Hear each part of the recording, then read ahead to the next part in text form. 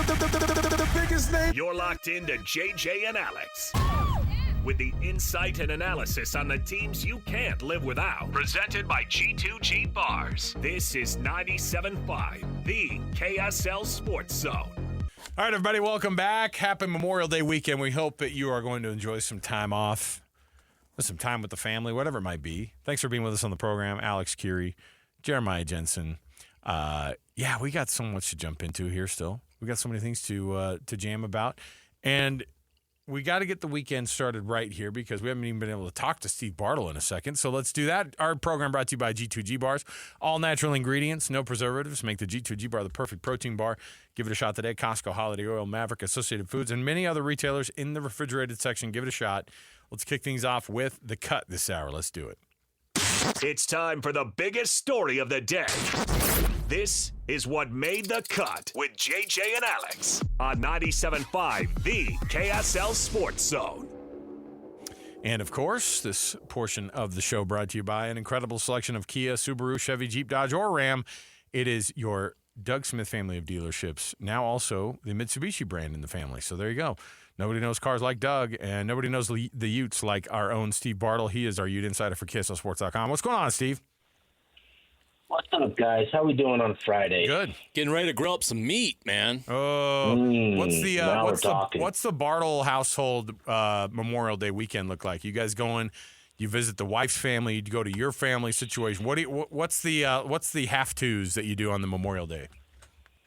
Yeah, so we spend time with both families, and with my family, we head up to Malad, Idaho, and that's where my mother's from, and where most of my mother's side is from. So we head up there and have a good time, with the extended family and stuff. So that's those are our plans. But we typically spend time with both families and usually hang around the pool with her family and stuff. So it's usually a good time. This is when pools open up. Yeah, this is the official opening of pools for a lot of places. So. If you're fortunate enough to have access to one. Oh, there's always somebody. Good for you, Steve. Yeah, no, there's always somebody you can. There's always somebody you can snake pool usage from. Come on. Absolutely, man. Oh yeah, there's always a pool available. There's always somebody. There's always somebody and you go, I don't know, and just kind of casually bring it up. That could be an awkward, fun summer game. When are you guys opening up your pools? Is that this weekend or 5 o'clock on Monday? Or should I be there? Or showing up at people's houses just unannounced to swim in their pools. Why not? Steve, I did the thing this week where I went back and we were looking at Utah's football schedule for this next year, and I thought, it's weird because every preseason anything has just been all over the place. You have so many people who would just say Texas Tech is your de facto champion already of the Big 12. Some people who go, oh, Arizona State, they're going to repeat and be right back. BYU's going to be good again. What's going to happen with Baylor, who is kind of a sleeping giant? Kansas State was supposed to be good last year, so they're supposed to be good again this year. Does Arizona bounce back? And I'm looking at Utah's schedule, and I'm like, oh, my goodness, they play all those teams, it seems like. Texas Tech on September 20th at Rice-Eccles is sneakily the best early game of the Big 12 schedule and might end up having way more ramifications than we think. No, I'm with you there. When the schedule first dropped, to me that was the game that I stood out to me the most. Right? You look at that schedule. Obviously, you open up with UCLA. That's a pretty important one and a pretty big and meaningful game, not only for Utah in terms of turning the page from this past season, but also given the ever-changing landscape in college sports and college football specifically, as it's in the driver's seat with conference realignment, getting a win for the Big 12 conference in Pasadena over the Bruins is valuable and important for Utah and the Big 12. But that conference opener with Texas Tech, we're going to learn a whole lot about both teams, right?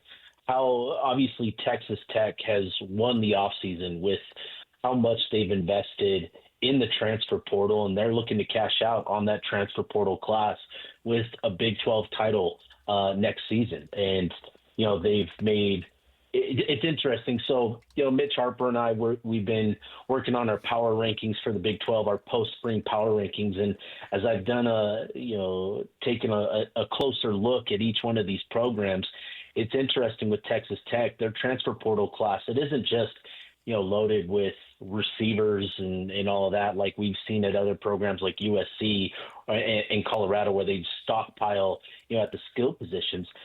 What they've done a really good job of addressing holes, along the offensive line, the defensive secondary, wide receiver. They've landed a key piece at each one of those important positions, and they have their starting quarterback returning from last season. So, we're going to learn a lot about, the Red Raiders and the Utes in that one.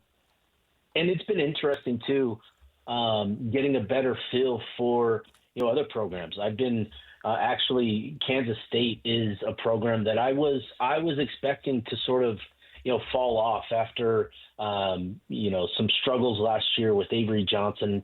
But after looking into what they've done in the transfer portal and with the recruiting class that they've done, I'm actually much more optimistic about their chances to contend in the Big 12. I view them higher than I did before. They've done a lot to address roster needs and really adding talent in that receiver position for Avery Johnson to take that next step. Same with Arizona State. They bring back a lot. So, the Big 12, it's got a lot of contenders in it. And I think Utah, you like what they bring back on the defensive side of the ball. You're looking for some key figures to take that next step in their game. Smith Snowden, Teo Johnson, Leonard Barton, to name a few. You like what Utah has. You expect the defense to be rock solid again this year, but you're going to need, obviously, that offense to click. And Devin Dampier, obviously the big question around him is adjusting to the Big 12 power conference level and diving into his stats and stuff. There's some encouraging signs, but obviously he's got to go out and perform. So the Big 12 conference, man, it's looking pretty, really, really competitive yet again next season. So, yeah, I mean, it's weird because last year we thought we had it pegged, and it turned out to be the complete opposite. Do you feel less comfortable this year or more comfortable this year when you're trying to handicap it? How interesting was it when you and Mitch went through that exercise, and how confident did you feel to establish a top 5 as opposed to last year when we thought it was just a slam dunk, those teams would be good, and then it completely flipped? Well, it's interesting. You feel more comfortable because now you know to expect the unexpected, right? Yeah. And so knowing that, you understand, like, yeah, this conference is genuinely 8, 9, 10 teams deep. You could make a case for 9 or 10 teams winning the Big 12 championship next year, where I think we got so focused on, the top 3, Utah, Oklahoma State, Kansas State last year as the only real contenders. But I think what we learned last year is that, hey, this conference is going to be competitive, and, it'll probably ebb and flow where we see a lot of just drastic changes year over year, given the competitive nature in this league. And, Arizona State, BYU, those programs deserve a ton of credit for not only, piecing together good rosters, but building good culture and cultivating that to not pay attention to, where they're being pegged in the conference, and to keep that all in house. So they deserve a lot of credit for that. And I think, I think a lot of programs that have to right the ship are hoping to do the same, this offseason and getting their fortunes turned around. So, we'll see how this all plays out, obviously, come fall time. But with what transpired last year, it definitely gives you a greater perspective of the conference and an understanding that, yeah, these are there's going to be a number of teams that will compete at a pretty high level in this conference. JJ, hey JJ, you too. This is a question for you. I'm listening. Steve, one of the things that I want to know is when the recruiting class, when they do those, I don't know which is worse, power polls that we're all guessing on, or the recruiting class rankings that we're all guessing on as well. Utah ended up, I think, like 38th or something nationally, 4th best in the Big 12. What do those really translate into when you see what recruiting quote unquote rankings are? in the transfer portal era, in the transfer era, in a time frame when stars from high school players matter a little bit less because it seems like you want to go first into the transfer portal to find guys. What are the recruiting rankings turning into for teams these days in 2025? There's still value in the recruiting rankings, but obviously with the shift where teams are shifting their focus more towards the transfer portal and addressing needs that way, it doesn't necessarily make the transfer portal rankings and evaluations any less valuable.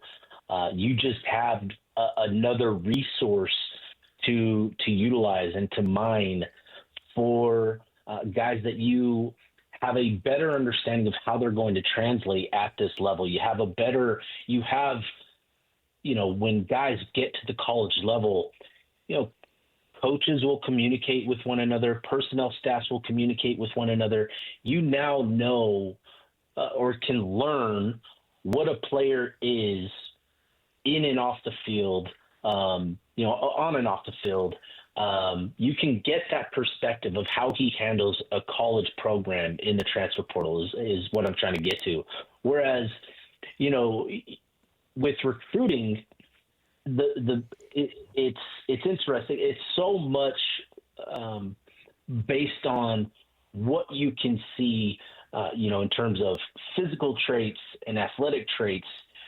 It's hard to really evaluate the mental ability to process the game on the field, to process, how he learns.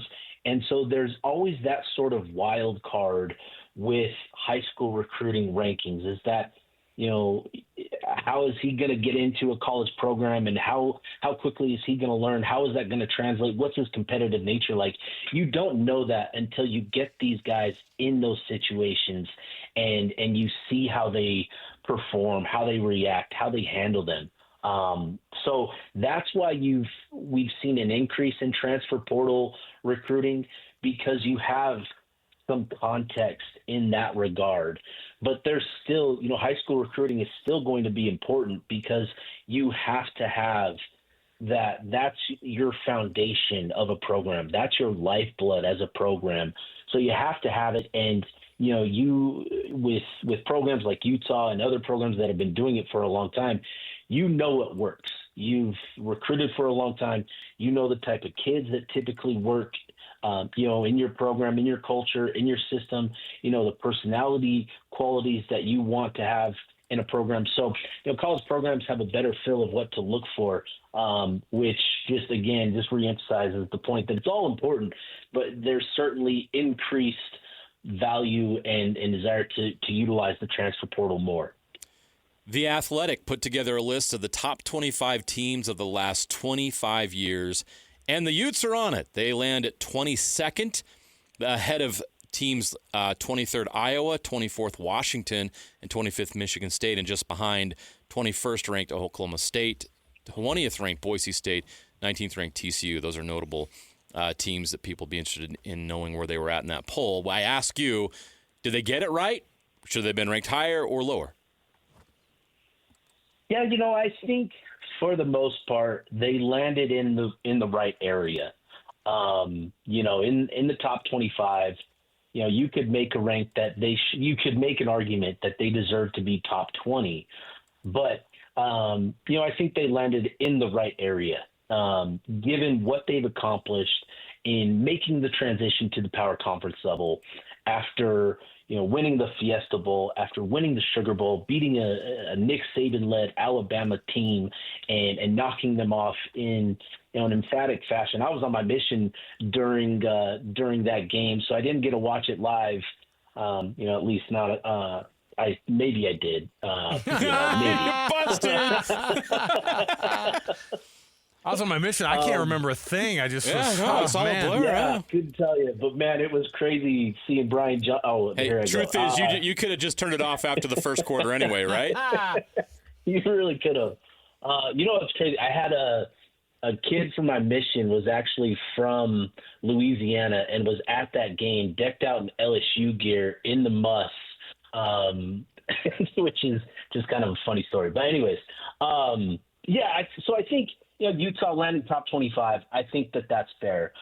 Making that transition to the power conference level, it took time, and obviously, with going back 15 years ago, just about when Utah made the move to the Pac-12.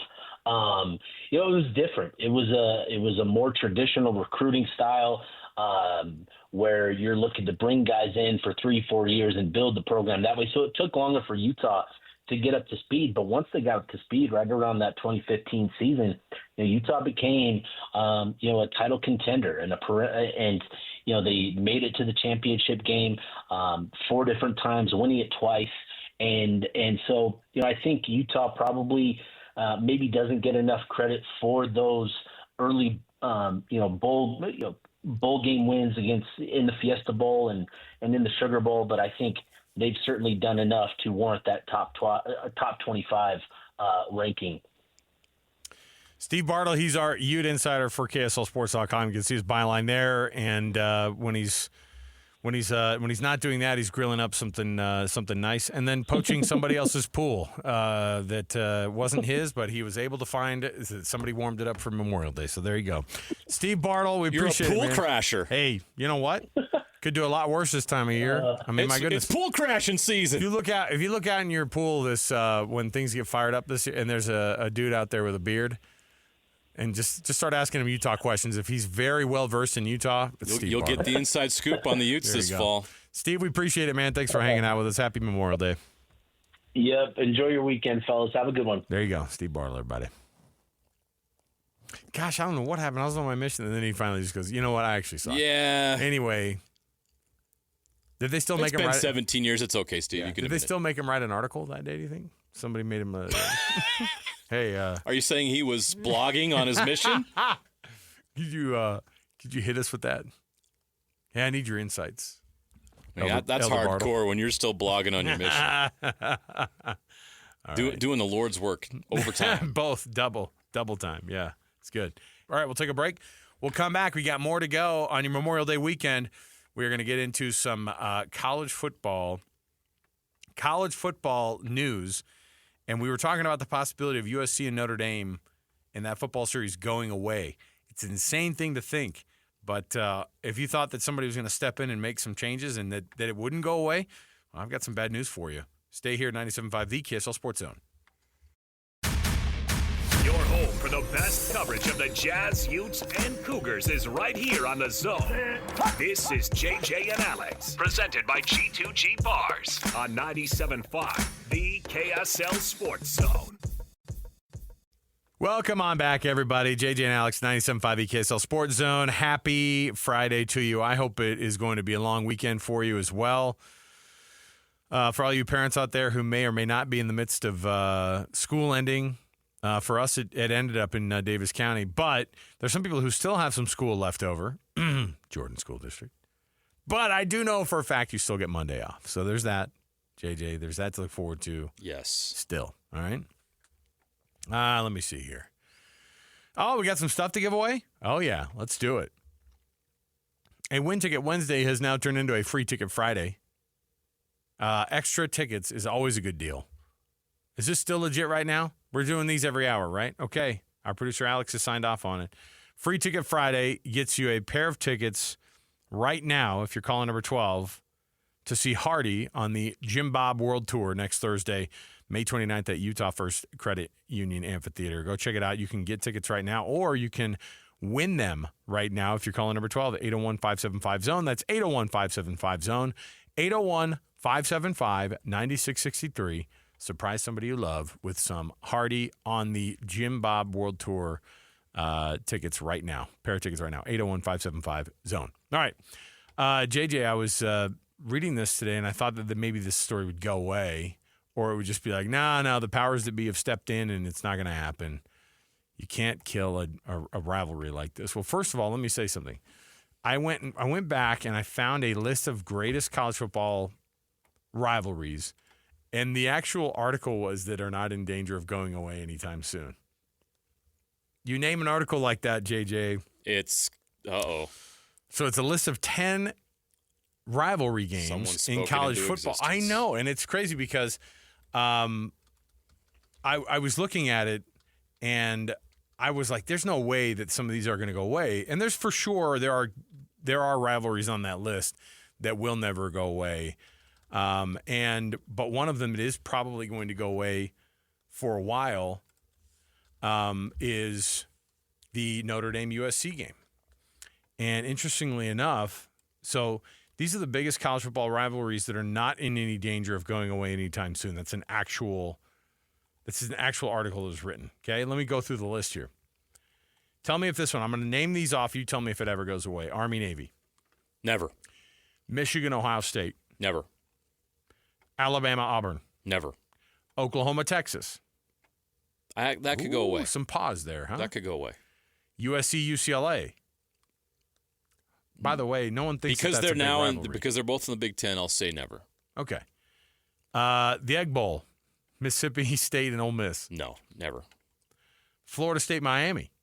That could absolutely go away. That. That's in the same vein as USC Notre Dame. Yeah. Well, I would even say that one is less of a thing, right?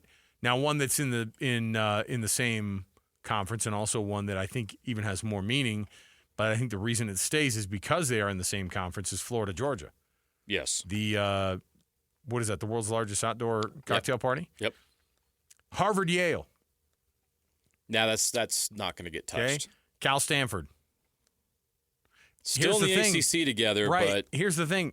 Something's going to change. It soon. might never go away, but it might never be watched again either.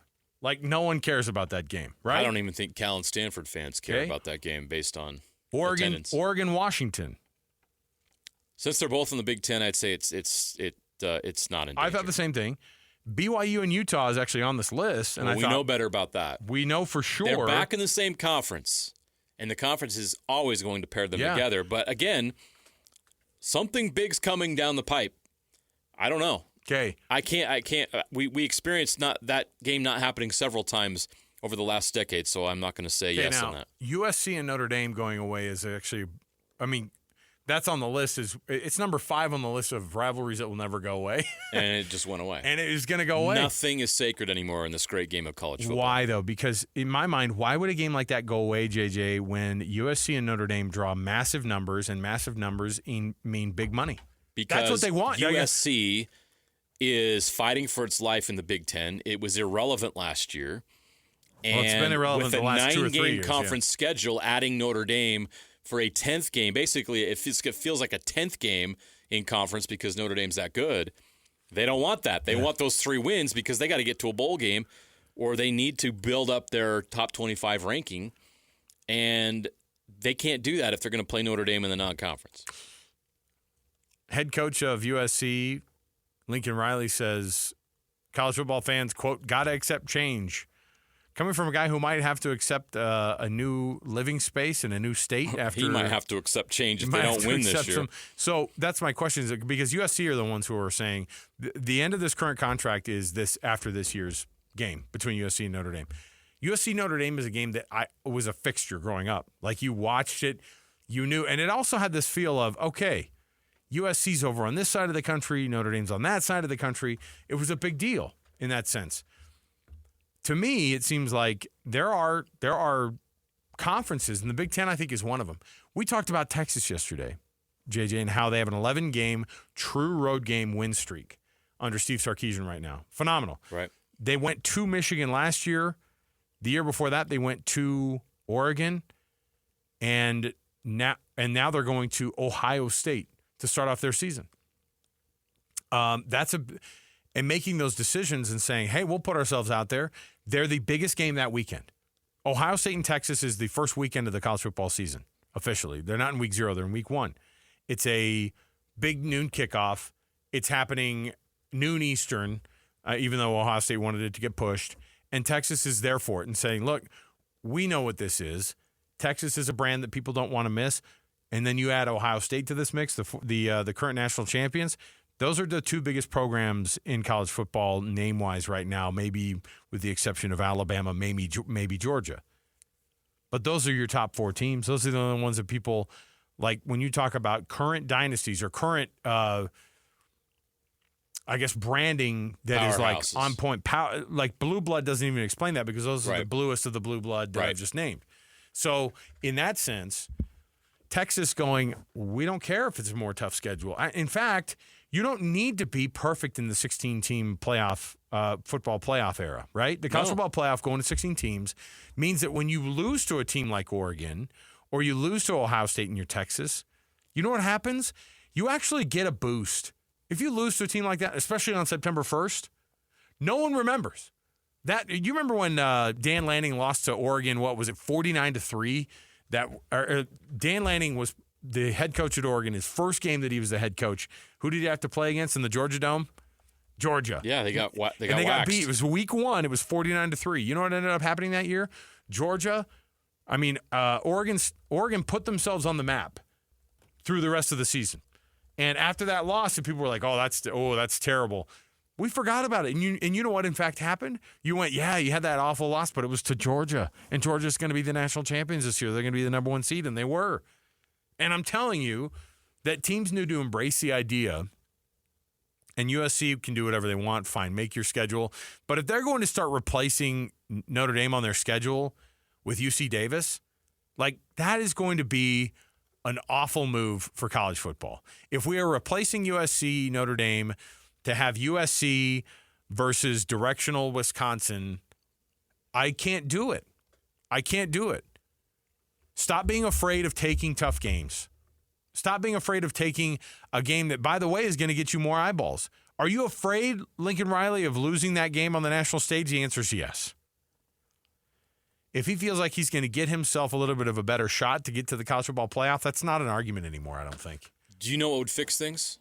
Do you know what would force teams to schedule more difficult games in the non-conference? Do you know what would get rid of those FCS games? The College Football Playoff Committee needs to come out and say, we are going to heavily weigh your non-conference schedule. Yeah. Oh, yeah. We will not only reward you for big wins, we will reward you. Are we going to go to the for quad? Difficulty of schedule. Are we going to go to the quad? Isn't that what we do with the NCAA quad tournament? wins and losses schedules for like they do for basketball? Yeah, isn't that what we do with the NCAA tournament? Ooh, you guys Quad 1 wins. Just simply going and playing a quad 1 game improves your profile. Yes. So playing College of Lewis and Clark on the first weekend is a quad 4 win. They're not going to do that anymore. I've thrown strays at the College of Lewis and Clark up there in Oregon. I apologize. Okay. They didn't need that today. No, they didn't need it. It's a holiday weekend. But you see what I'm saying? A quad 4 win means nothing. You would get a bigger boost from a quad 1 loss. Teams are punished for that now. Yeah. The NCAA tournament committee and part of it is there's too few games. Punishes teams for those soft games. So can you do have a that 14 in game college schedule? football? Nobody should be playing. The SEC should not be playing FCS games in week 11. That's embarrassing for that league. You say you're the best league, but you're playing FCS games? What are you doing? Why is that? Why are they allowed to only play 8 conference games? Like, these things got to be fixed. They fixed the seeding thing. Of course, they were all about that. When are you going to make everybody play 9 conference games? Or are you going to make everybody play 8? There's got to be uniformity. If you're all playing for the same playoff berth, yeah, okay. The bullies, Big Ten and SEC, get your more berths. But you can't. Was that your voice of the college football playoff guys? That's, yeah. Go to the college I'm the commissioner of the SEC. Give me more playoff spots. I deserve them. Okay. There has to be some uniformity. The Big 12 and the ACC should be competing in the same way that the SEC is. Right now, the ACC and the Big 12 play 9 conference games, correct? Mm-hmm. That's got to be corrected. And also fix the non-conference thing. Punish teams for scheduling weak non-conference games. Punish them on Selection Sunday, whatever it is they're going to call it now. Because now what they're going to do? Yeah. I mean, they have their playoff selection thing. ESPN does 3 hours. Like, start creating some incentive for us to get the best possible matchups week 1 through week 14. Let's take a break. We'll come back. When we do, we've got more to jam about.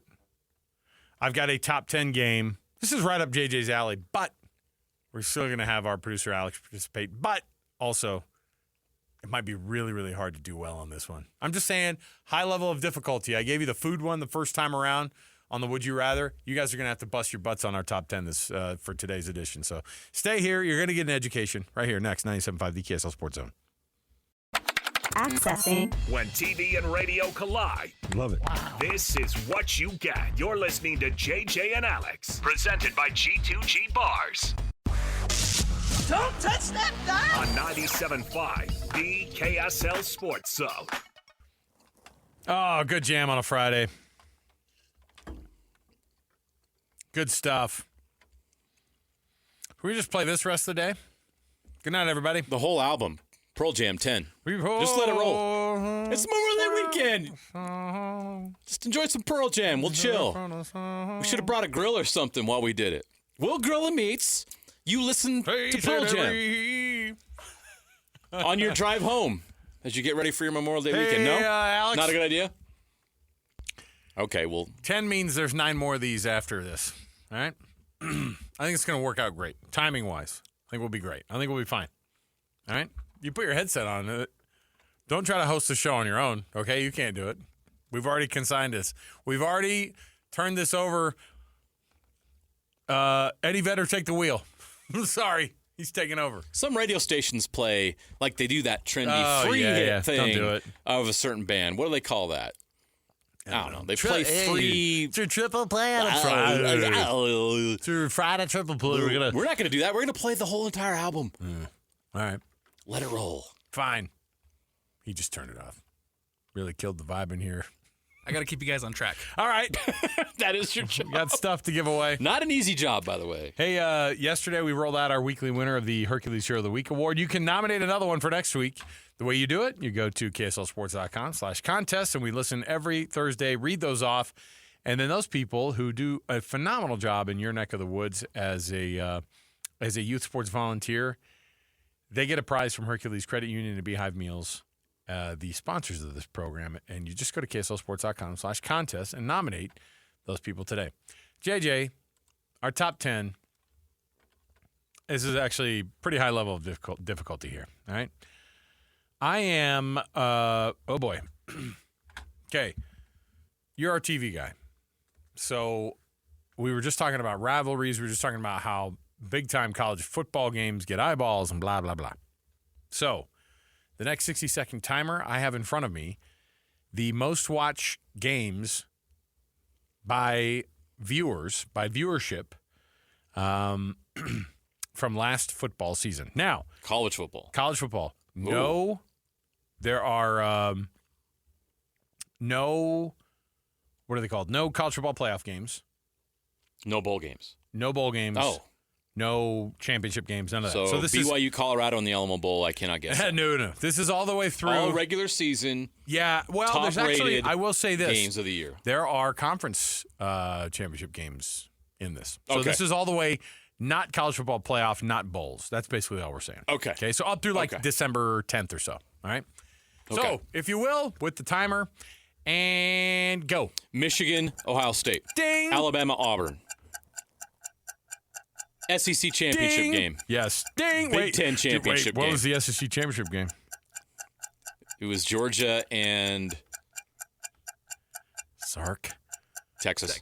Ding. Texas, Oklahoma. Oh, let me look. Oh. Big talking 10 about- championship game. Big 12 championship game. Ding. ACC Ding. championship game. Oh. MAC championship game. Oh, boy. Oregon, Washington?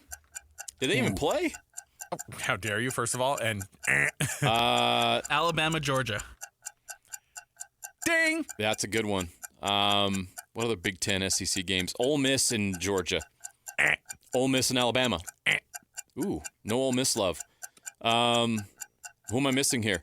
Florida State and Georgia Tech. Whatever you're about to say. Florida State, Georgia Tech. That was a fun game. That was a fun game right at the start of the year in 0 week. Oh. Oh no! How many did we get? It looks like we got 1, 2. I'm going to give you the second one because number 1 and number 2 are the same matchup. Number 1 is the SEC championship game between Georgia and Texas. Number 2 is the first It was matchup a regular that they had season game between. Okay, in October, Georgia and Texas. Well, thank you for your charity on Georgia this Memorial and Day Texas, weekend. Georgia and Texas were your number 1 and number 2 games. I wouldn't have all guessed season that. long. Better than Michigan, Ohio State. Michigan, Ohio State was 3rd. Whoa! Georgia, Alabama was 4th. Oregon, Penn State. Dang it! Was 5th. Alabama, Tennessee was 6th. Tennessee, Georgia was 7th. Really? 8th was Ohio State, Penn State, regular season. Yeah. Ohio State, Oregon was 9, and then Texas A&M was 10. Texas and Oklahoma, not the Red River rivalry, nowhere to be seen. Texas versus Texas A&M was number 10. Well, that was the first game they'd played in a long time. Yeah, right. Yes, that's why. Right outside of that was Army Navy. Wow. At number 11. You know why? Wow. Because there's nothing else going on.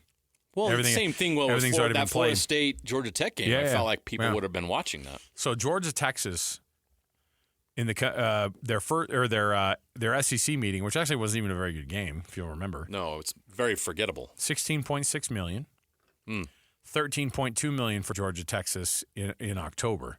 So a combined 30 million eyeballs basically on those two games, on those two teams. Those two teams.